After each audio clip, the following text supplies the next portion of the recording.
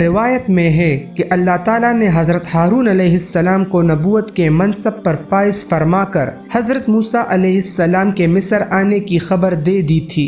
چنانچہ حضرت ہارون علیہ السلام نے آپ علیہ السلام کا استقبال کیا اور گھر لے گئے۔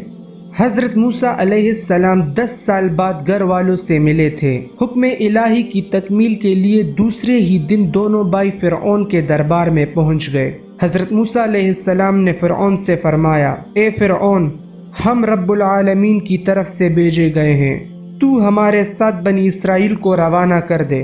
فرعون نے کہا، اے موسیٰ، کیا تو نے میرے گھر پرورش نہیں پائی اور کیا تو نے یہاں رہتے ہوئے قتل نہیں کیا تھا اور تم تو ناشکر معلوم ہوتے ہو۔ موسیٰ علیہ السلام نے کہا، ہاں وہ حرکت مجھ سے ناگہاں سرزد ہو گئی تھی اور میں خطا کاروں میں تھا۔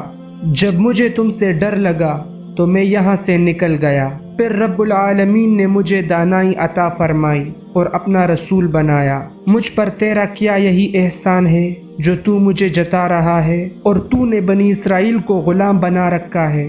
فرعون نے کہا، رب العالمین کیا چیز ہے؟ حضرت موسیٰ علیہ السلام نے فرمایا، وہ آسمان اور زمین اور جو کچھ ان دونوں میں ہے سب کا مالک ہے، بشرط یہ کہ تم لوگوں کو یقین ہو۔ فرعون نے اپنے اہالیوں موالیوں سے کہا، کیا تم سن نہیں رہے؟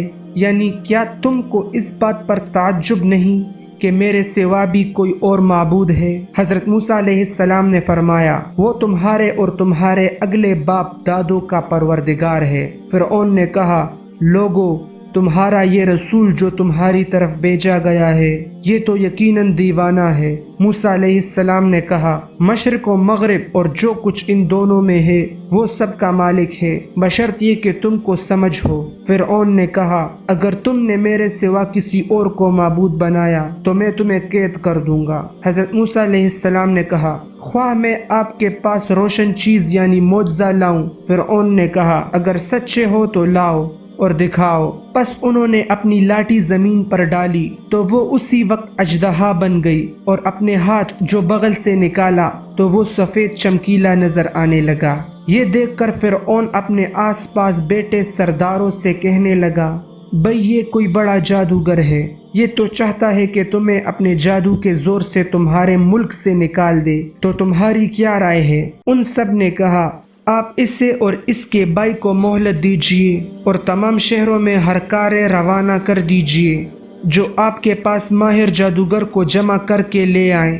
فرعون نے حضرت موسیٰ علیہ السلام سے کہا کہ ہم بھی تمہارے مقابل ایسا ہی جادو لائیں گے، ہمارے اور اپنے درمیان ایک وقت مقرر کر لو کہ نہ تو ہم اس کے خلاف کریں اور نہ تم، اور یہ مقابلہ صاف میدان میں ہوگا۔ موسیٰ علیہ السلام نے کہا، زینت اور جشن کے دن کا وعدہ ہے اور یہ کہ لوگ اس دن چاشت کے وقت اکٹھے ہو جائیں۔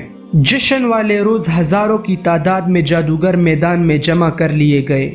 بادشاہ بھی اپنے مصاحبین کو لیے شاہانہ کر و فر کے ساتھ تخت شاہی پر براجمان ہو گیا۔ میدان کے چاروں جانب لاکھوں انسانوں کا ٹاٹھی مارتا سمندر تھا جو حق و باطل کے اس معرکے کو دیکھنے کے لیے جمع تھا۔ ایک طرف مصر کے چوٹی کے جادوگر اپنے جادوئی ساز و سامان کے ساتھ بڑے متکبرانہ انداز میں کڑے خوش گپیوں میں مصروف تھے، تو دوسری طرف اللہ کے دو نیک بندے اور نبی حضرت موسیٰ علیہ السلام اور حضرت ہارون علیہ السلام کڑے بارگاہ الہی میں دعا گو تھے۔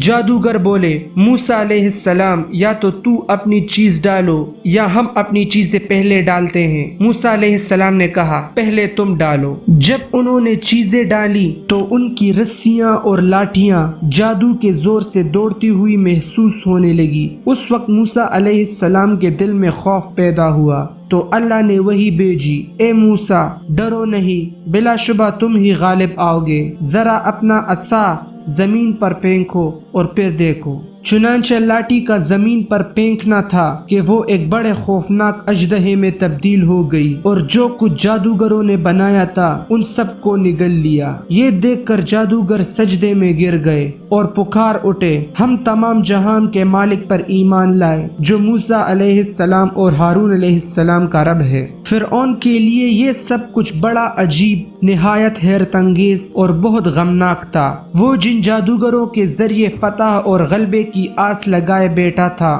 وہ سب نہ صرف مغلوب ہو گئے بلکہ موسیٰ علیہ السلام کے رب پر ایمان بھی لے آئے۔ فرعون نے غضبناک ہو کر کہا، میری اجازت کے بغیر تم لوگ اس شخص پر ایمان لے آئے، یقیناً یہ تم سب سے بڑا جادوگر ہے، میں تم سب کے ہاتھ پاؤں کاٹ کر سولی پر لٹکا دوں گا۔ انہوں نے کہا، کوئی حرج نہیں، ہم اپنے پروردگار کی طرف لوٹ جانے والے ہیں۔ روایت میں ہے کہ فرعون نے ان سب جادوگروں کے ہاتھ پاؤں کٹوا کر انہیں سولی پر لٹکا دیا۔ جادوگروں کے ایمان لانے اور انہیں بے دردی سے شہید کر دینے کے بعد بھی فرعون کی سرکشی اور بدعملیاں جاری رہیں۔ مفسرین کے مطابق اس واقعے کے بعد حضرت موسیٰ علیہ السلام مزید 20 برس مصر میں مقیم رہے اور لوگوں کو توحید کی دعوت دیتے رہے۔ اس عرصے میں اللہ ذوالجلال نے حضرت موسیٰ علیہ السلام کو 9 معجزات عطا فرمائے تاکہ فرعون اور اس کی قوم کو راہ راست پر لایا جا سکے۔